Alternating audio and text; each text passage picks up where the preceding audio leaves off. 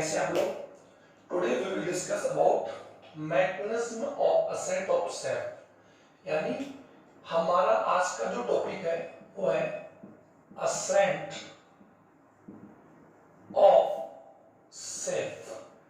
यानी इसकी जनरली भाषा में बात हम कर सकते हैं राइजिंग अप या ग्रोइंग अप। अगर जनरली बात हम कर सकते हैं हिंदी में, अगर इसका मीन हम लोग जाने तो हिंदी में इसका मीन है रसारोहण। मीन इसका इतना सही है कि हम लोग जानते हैं कि the water absorbed by the root and rise and reach the top part of the plant and other part of the plant, यानी प्लांट के द्वारा या पादप द्वारा मृदा से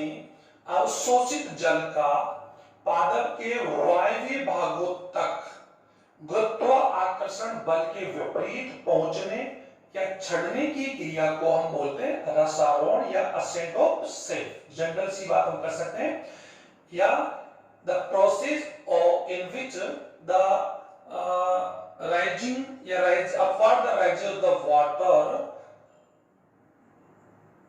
of the top part of the plant up against the gravitational force called ascent। यानी सीधी सीधी भाषा में हम लोग उसको रिपीट करें तो हम कह सकते हैं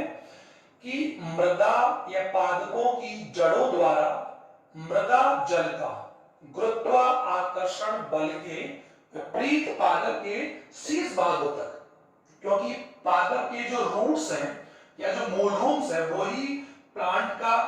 वाटर का एब्जॉर्ब करते हैं, और मृदा से अवशोषित जो जल है वो रूट से पादप या प्लांट की जो एरियल पार्ट्स होते हैं या जो टॉप पार्ट्स होते हैं लाइक लीव्स और other part of the plants के ग्रेविटेशनल फोर्स, क्योंकि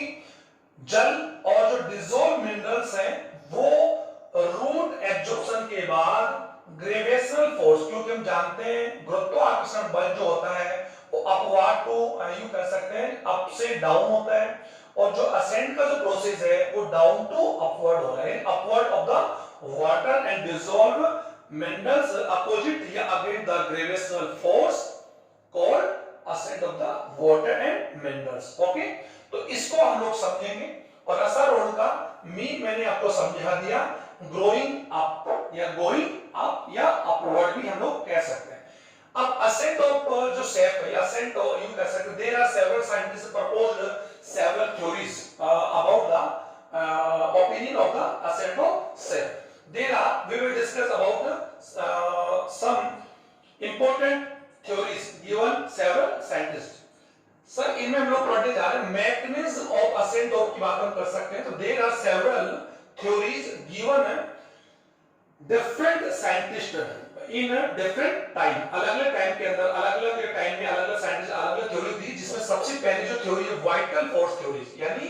जैविक बल। इसको आप लोग समझें, जैविक बल सिद्धांत। इस सिद्धांत के अनुसार जो साइंटिस्ट है, इसको प्रपोज करने वाले जो साइंटिस्ट है, उनके अनुसार जो असेंट है वो एक यूं कह सकते हैं कि फिजिकल एक लिविंग प्रोसेस है। लिविंग मींस यूं कह सकते हैं कि एक जैविक क्रिया है या बायोलॉजिकल प्रोसेस है, जिसमें जो लिविंग सेल्स होती है, जो जीवित या सजीव कोशिकाएं होती है, उनके द्वारा या उनमें ही रसारोहण का कार्य होता है। Okay, according this theory. इस वाइटल फोर्सेस में यहां पर यू कैसे सेवरल थ्योरीज हैं, जिसमें सबसे पहले रिले पंप थ्योरी, सेकंड है स्ट्रासबर्ग थ्योरी एंड एक है पर्सेप्शन थ्योरी। ओके, तो यहां पर हम लोग we will discuss after second जो थ्योरी है root pressure theory given by Stephen Hales. Okay, third one is physical force theory. ये जो सिद्धांत ये थ्योरी बताती है कि असेंट जो है वो एक्चुअल में एक भौतिक एक फिजिकल क्रिया है, भौतिक क्रिया है। ओके सर, इसके अंदर जो सजीव कोशिकाएं होती है they do not take part in during the ascent, and जो जितनी भी नॉन लिविंग सेल्स है, डेड सेल्स होती है लाइक जाइलम की tracheids and vessel cells are taked in the ascent process. तो इस थ्योरी के जो मानने वाले साइंटिस्ट हैं या प्रमुख साइंटिस्ट जो थे, उन्होंने भौतिक जो फोर्स है उसको असेंट के लिए रिकमेंड करते हैं। तो हम लोग एक एक को हम लोग डिस्कस करने जाएंगे, लेकिन सबसे इंपॉर्टेंट बता दूं कि फिजिकल फोर्स जो थ्योरी है उसमें भी अलग-अलग साइंटिस्ट ने ये कह सकते हैं कि there are several scientist discuss your opinion given their opinion about this theory, and उन्होंने कई सेवरल जो फोर्सेज है उसको रसायन क्रिया के लिए उन्होंने एक्चुअल में रेस्पॉन्सिबल माना। लाइक किसी ने एटमॉस्फेरिक प्रेशर को माना, किसी ने कैपिलरी जो कैपिलरी फोर्स होता है जो केसी के बल लगी उसको माना, किसी ने ट्रांसपैरेशन जो पल्सेशन फोर्स है उसको माना। अलग अलग साइंटिस्ट ने अपने अलग अलग ओपिनियन दिए और उन्होंने रसायन या असेंट फोर्सेस के लिए अलग अलग जो फोर्सेस हैं उसको रेस्पॉन्सिबल माना। जिसमें से सबसे जो एडवांस जो थ्योरी है या सबसे जो मॉडर्न थ्योरी है वो है सर इसमें ट्रांसपैरेशन पुल थ्योरी या transpiration pull pressure given by the Dixon and Joly in 1890 1890 1884 के बीच में इन्होंने एक थ्योरी सजेस्ट किया, उसको हम डिस्कस करेंगे। लेकिन सबसे पहले हम लोग रसायन सिद्धांत को लेकर दिए जाने वाले वाइटल जो फोर्सेस थ्योरी है उसको डिस्कस कर रहे हैं। We will discuss shortly. और इसका जो ये जो फोर्सेज है या जो ये जो थ्योरीज है हम उसको ब्रीफ में डिस्कस करेंगे। तो सर वाइटल फोर्सेज थ्योरी को जो एक जनरल बात हम कर सकते हैं, इस थ्योरी को सजेस्ट करने वाले जो साइंटिस्ट है वो ये कहते हैं कि रसायन की जो क्रिया होती है वो लिविंग सेल्स होती है और वो एक्चुअल में एक बायोलॉजिकल प्रोसेस है, लिविंग एंड बायोलॉजिक क्रिया है और जैविक क्रियाओं में कोशिकाओं में ही रसायन क्रिया हो सकती है। ओके, इसको एक अलग अलग थ्योरी दी गई। सबसे पहले जो थ्योरी है वो है relay pump theory. It theory proposed by Gold-Lewski.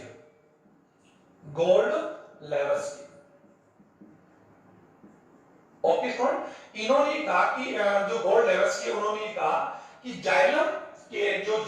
की जो सेल्स होती है लाइक जाइलम पैरेंकाइमा में जो टिश्यूज होते हैं और जो मज्जा रे जो पित्त रेज होती है उन कोशिकाओं के द्वारा या उन कोशिकाओं का इस रसायन क्रिया में क्या होता है योगदान होता है according this gold-Levitsky. Okay, Strasbourg ये जो साइंटिस्ट है इन्होंने ये कहा कि इस प्रोसेस के अंदर जो वाइटल फोर्स यानी जैविक क्रिया तो है लेकिन उन्होंने कहा कि इसके अंदर जैविक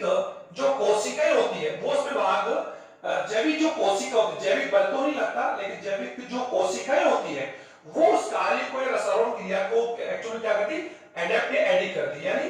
जो सजीव कोशिकाएं हैं जो लिविंग सेल्स होती है वो इस रसायन क्रिया के लिए क्या करती है सपोर्ट करती है। ओके, लेकिन ये स्ट्रासबर्ग कह रहे हैं कि इसमें किसी प्रकार का ये एक बायोलॉजिकल प्रोसेस नहीं है, ये ऐसे मानते हैं वाइटल फोर्स में ही इन्होंने बोला। एक pulsation theory, sir pulsation theory जो है इस थ्योरी के अनुसार या अकॉर्डिंग दिस थ्योरी अगर बात हम कर सकते हैं कि जो रोड की जो एपिडर्मिस जो सेल्स होती है उन सेल्स में एक सिंपल सी बात स्पंदन फोर्स होता है, एक पल्सेशन फोर्स प्रोवाइड होता है। वो स्पंदन जो फोर्स होता है वो फोर्स ही प्लांट्स में वाटर को एक्चुअल में अपवर्ड में एंड राइजिंग अप में हेल्प करता है अकॉर्डिंग दिस थ्योरी। तो वाइटल फोर्स थ्योरी के अनुसार अगर हम इन तीन थ्योरीज को डिस्कस करें तो इन तीनों का यही मानना है। अलग अलग साइंटिस्ट ने अलग अलग थ्योरीज दी लेकिन ये कोई भी साइंटिस्ट इसको एक्चुअल में सभी जो प्लांट्स है ये थ्योरीज कुछ छोटे प्लांट्स है हर्ब्स है उन पर हो सकता है कि मे बी अप्लाई हो सकती है लेकिन जो लार्ज प्लांट्स है जिम्नोस्पर्म एंजियोस्पर्म जो प्लांट्स होते हैं जिनकी हाइट की बात हम कर सकते हैं कि वो 300 टू 400 फीट तक होती है उनमें इस प्रकार थ्योरीज एक्चुअल में रसायनों को लेकर रेस्पॉन्सिबल नहीं। नेक्स्ट जो थ्योरी है वो है रूट प्रेशर थ्योरी। इसको आप समझिए रूट प्रेशर थ्योरी अगर बात हम कर सकते हैं सर सबसे पहले बता दूं रूट प्रेशर क्या है। एक सिंपल सा रूट के जो जाइलम सेल्स होती है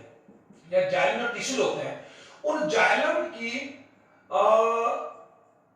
कोशिकाओं में या जाइलम की जो वेसल्स होती है वाहिका जो होती है उनके रस में प्रोड्यूस एक फोर्स होता है जिसको रूट प्रेशर कहा गया। ये सबसे पहले ध्यान दें। और root pressure propose first time Stephen Hales ने इसको बताया और इसको मैनोमीटर में मापा जाता है, इसका मेजरमेंट हम लोग कर सकते हैं। लेकिन रूट प्रेशर एक्चुअल में रूट की जो जाइलम सेल्स होती है क्योंकि हम जान सकते हैं कि xylem is a complex tissue और it is consisted of 4 type cells. ये आपने पढ़ा होगा जिसमें से 3 of cells are dead, 3 cells उसमें डेड होती है, 3 सेल्स ऑफ 4 चार में से 3 से डेड होती है और 1 cell is living like xylem parenchyma. और जाइलम पैरेंकाइमा क्लब वेजल्स है,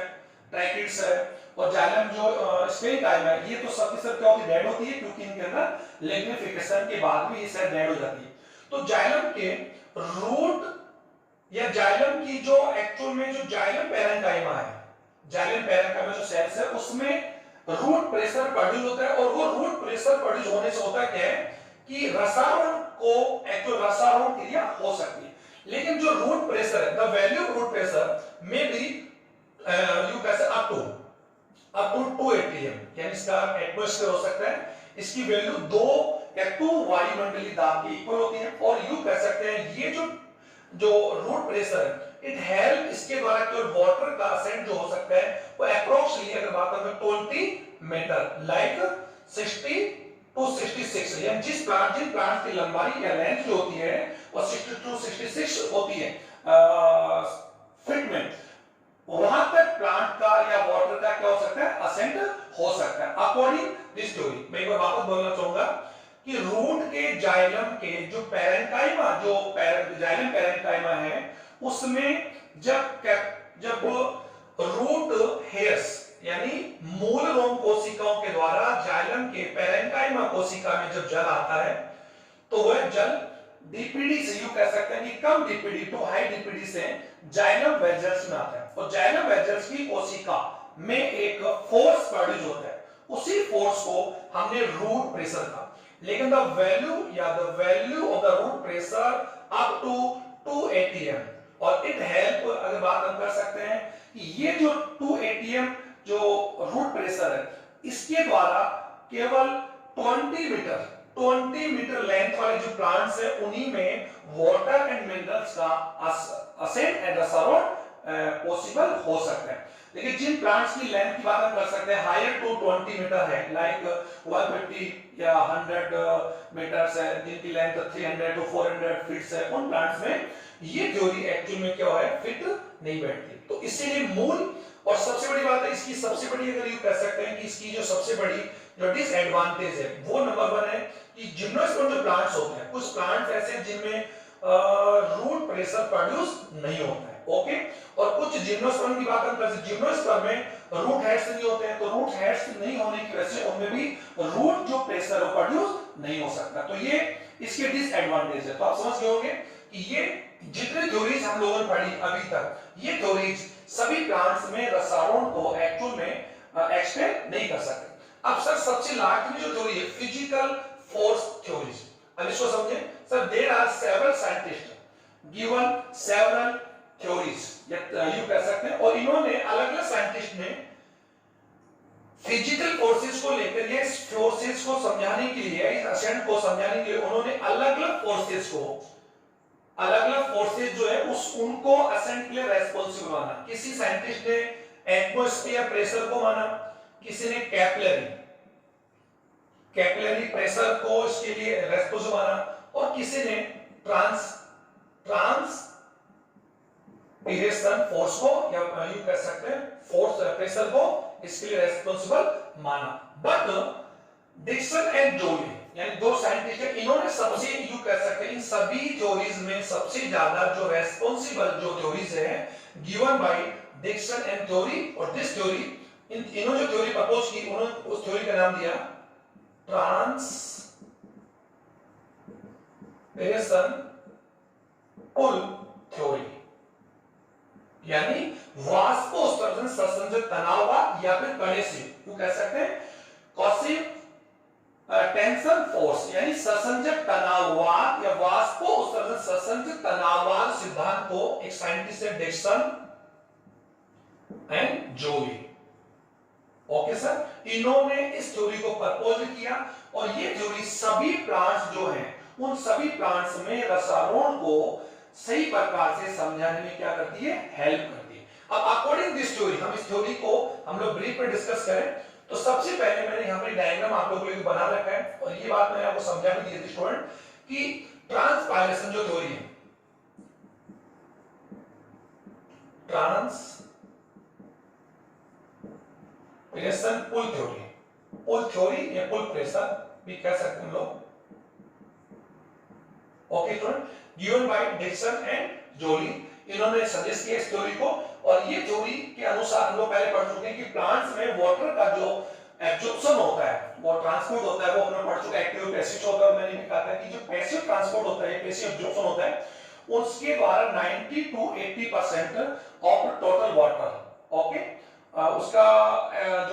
जो एब्जॉर्प्शन होता है वो एक्चुअली पैसिव ट्रांसपोर्ट के द्वारा होता है। तो जनरल इस थ्योरी के अनुसार उन्होंने सजेशन दिया, यहां पर हम लोगों ने डायग्राम बना रखा है और ये हम लोग पहले पढ़ चुके हैं कि प्लांट में रूट जो होती है जड़, सबसे पहले रूट ही वाटर का क्या करती है, एब्जॉर्ब करती है। और रूट में सबसे पहले कौन करता है, रूट हेयर, जो हमने यहाँ बना रखा है। और यहाँ पर हम जान सकते हैं कि प्लांट्स में 2 पार्ट्स होते हैं, एक तो ग्राउंडेड पार्ट होता है, एक एरियल पार्ट है। और रूट हेयर जो होती है वो रूट्स हेयर से वाटर का जो ट्रांसपोर्ट होता है वो रूट्स की सेल्स तो होता है, जो हम लोग पढ़ चुके हैं, स्टेम प्लांट और एपी प्लांट द्वारा होता है। लेकिन वाटर का जब यूं कह सकते हैं कि रूट के जाइलम और रूट के जाइलम से लेकर प्लांट के जो एरियल पार्ट है, लीफ तक के जो जाइलम होते हैं वो आपस में कनेक्ट होते हैं। तो रूट टू लीफ तक एक प्लांट या वाटर को यूं कह सकते हैं ट्रांसपोर्ट के लिए एक पाथ होता है। और इस पाथ के अंदर जो जाइलम की जो वेजल्स एंड ट्रैकेट्स होती है वो एक पाथ प्रोवाइड करवाती है, और ये एक्चुअली नॉन लिविंग पार्ट है। तो इसलिए समझा दो कि फिजिकल जो थ्योरी दी गई है, ये जो लास्ट जो थ्योरी दी गई है, इसके अनुसार ये कहा गया है कि ट्रांस जो असेंट प्रोसेस है वो एक लिविंग प्रोसेस नहीं है, it is a physical process. ये ध्यान देंगे, it is a physical process. और इसके अंदर किसी प्रकार से जो लिविंग सेल्स होती है वो इसमें पार्ट नहीं करती, इसमें केवल जो नॉन लिविंग सेल्स होती है लाइक जाइलम कंटेंट या जाइलम की जो कंटेंट्स कपड़ों जाइलम से लाइक ट्रैकेट्स हैं, वेजल्स हैं, वो इसमें पार्ट करती है। तो इसको समझे आप लोग। तो सर इस थ्योरी के अनुसार होता है क्या कि जनरली रूट से लेकर लीफ के जो जिसे हम लोग कह सकते हैं कि मिडरिब होती है, मध्य सिरा होती है लीफ के अंदर, वो एक्चुअली जाइलम होती है। तो लीफ से लेकर रूट के जो जाइलम होते हैं वो आपस में कनेक्ट होते हैं, और जाइलम के अंदर वेजल्स एंड ट्रैकेट्स होते हैं जो एक दूसरे पर लॉन्जिट्यूडनली अरेंज होती है। ये हम लोग पहले पढ़ चुके हैं। अब सर होता क्या है कि हमेशा वाटर का एब्जॉर्प्शन कौन करता है, ये हम लोग पढ़ चुके हैं कि वाटर या जल का सबसे पहले अब्जॉर्प्शन रूट करती है, और रूट में कौन करता है, रूट हेयर्स करते हैं। फिर रूट हेयर्स के द्वारा जो प्लांट्स है, जो पानी है, वो प्लांट के यू कैसे ग्राउंडेड पार्ट से एरियल पार्ट की ओर अपवर्ड क्या होता है, upward right upward and reach the top part of the plant against the gravitational force. इसी को हम लोग असेंट या रसारोट कहते हैं। तो एक्चुअल में इस थ्योरी को समझाने के लिए अगर हम चाहें तो we can divide this theory into 3 part, 3 part divide कर सकते हैं। सबसे पहले समझाने के लिए बता दूं कि सबसे पहले प्लांट में कौन सा प्रोसेस होगा, ट्रांसपायरेशन होगा, यानी ट्रांसपिरेशन। ये हम लोग हमारा अगला पॉइंट होगा ट्रांसपिरेशन। आप समझते हैं, हम लोग बात करेंगे कि पादपों द्वारा प्लांट्स के द्वारा जो एब्जॉर्ब वाटर होता है, जो एक्सेस वाटर होता है, जितना पादप प्लांट एब्जॉर्ब करते हैं पानी का, उसमें से 98 टू 99 जो वाटर होता है वो उनका एक्सेस होता है। और यू कह सकते हैं कि this absorb water do not take या दिस इज नॉट टेक इन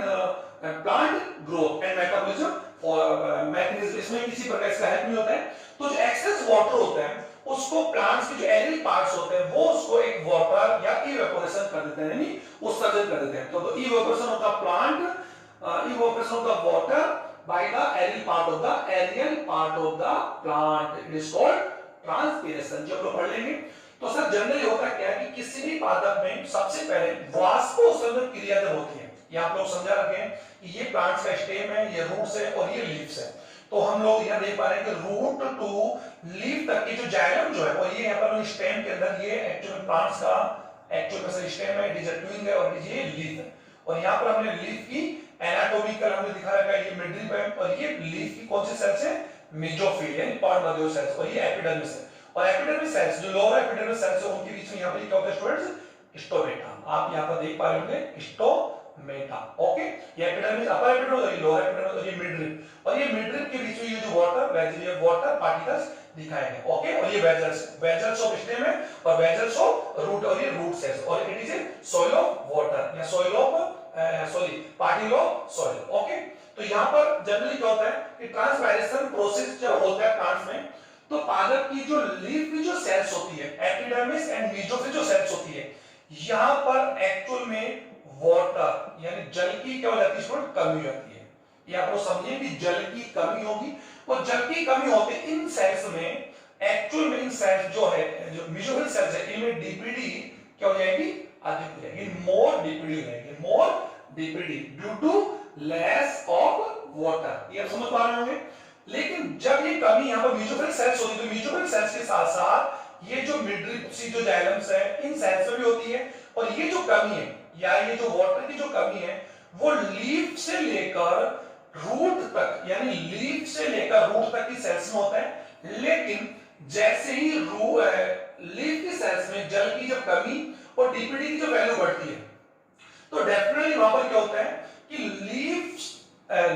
से रूट के जाइलम तक, लीफ से रूट के जाइलम तक एक नेगेटिव, इसको समझें, एक नेगेटिव फोर्स या नेगेटिव टेंशन, इसे फोर्स भी कर सकते हैं, नेगेटिव फोर्स प्रोड्यूस होता है। और ये नेगेटिव फोर्स जो होता है वो लीफ टू रूट के जाइलम तक यू कैसे इसको फील किया जा सकता है, यानी ये पावरफुल टेंस होता है। और ये जो पावरफुल टेंस जो होता है, उस टेंस की वजह से इसको नेगेटिव क्यों बोला गया, क्योंकि ये प्लांट्स के एरियल पार्ट में, प्लांट्स के एरियल में वायवीय भाग में प्रोड्यूस होने से इसको नेगेटिव फोर्स या नेगेटिव टेंस बोलते हैं। और ये नेगेटिव जो टेंशन है वो actually transpiration, due to transpiration की वजह से प्रोड्यूस होता है। ओके, तो सर ट्रांसपायरेशन की वजह से प्लांट्स के लीफ से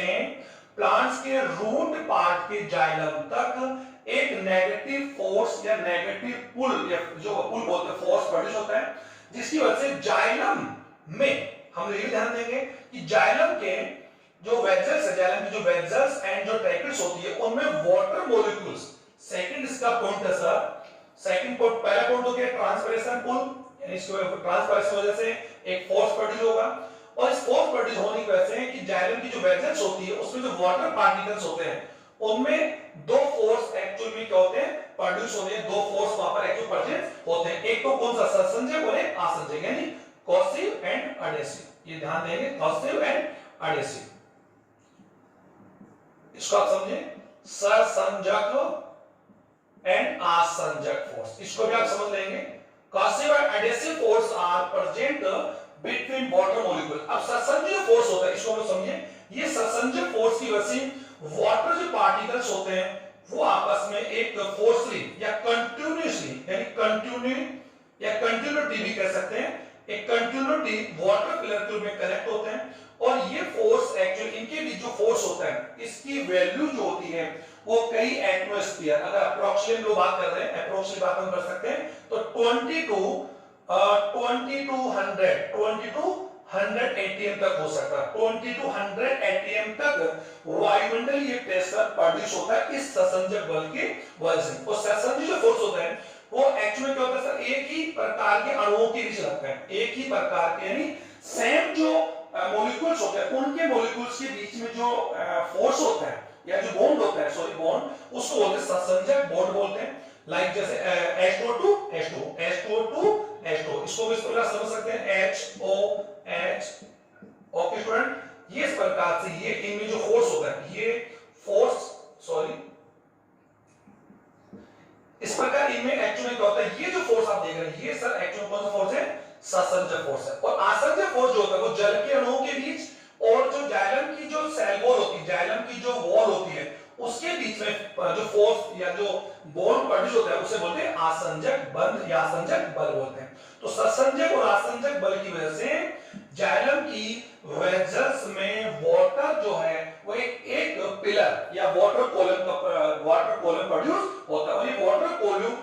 जो होता है, वाटर कॉलम इतना स्ट्रॉन्ग होता है सर, वाटर कॉलम इतना स्ट्रॉन्ग होता है कि ये एक्चुअली इसके बीच में एक्चुअली क्या होता है सर, बहुत ज्यादा एटीएम फोर्स प्रोड्यूस होता है, जिसकी वजह से ये अनब्रेकेबल होता है, यानी टूटता नहीं। और इसकी वजह से, इस वाटर कॉलम की वजह से पानी जो होता है वो रेगुलरली या कंटिन्यूअसली वो एक्चुअली नीचे से ऊपर की ओर एक्चुअली क्या होता है, अपवर्ड राइजिंग करता रहता है, यानी असेंड करता रहता है। तो जनरल सी बात हम कर सकते हैं, इस थ्योरी को वाष्पोषण ससंजक तनाववाद इसलिए कहा जाता है कि हायर प्लांट्स में या जितने प्लांट्स हैं उनमें ट्रांसपायरेशन यानी वाष्पोषण क्रिया के कारण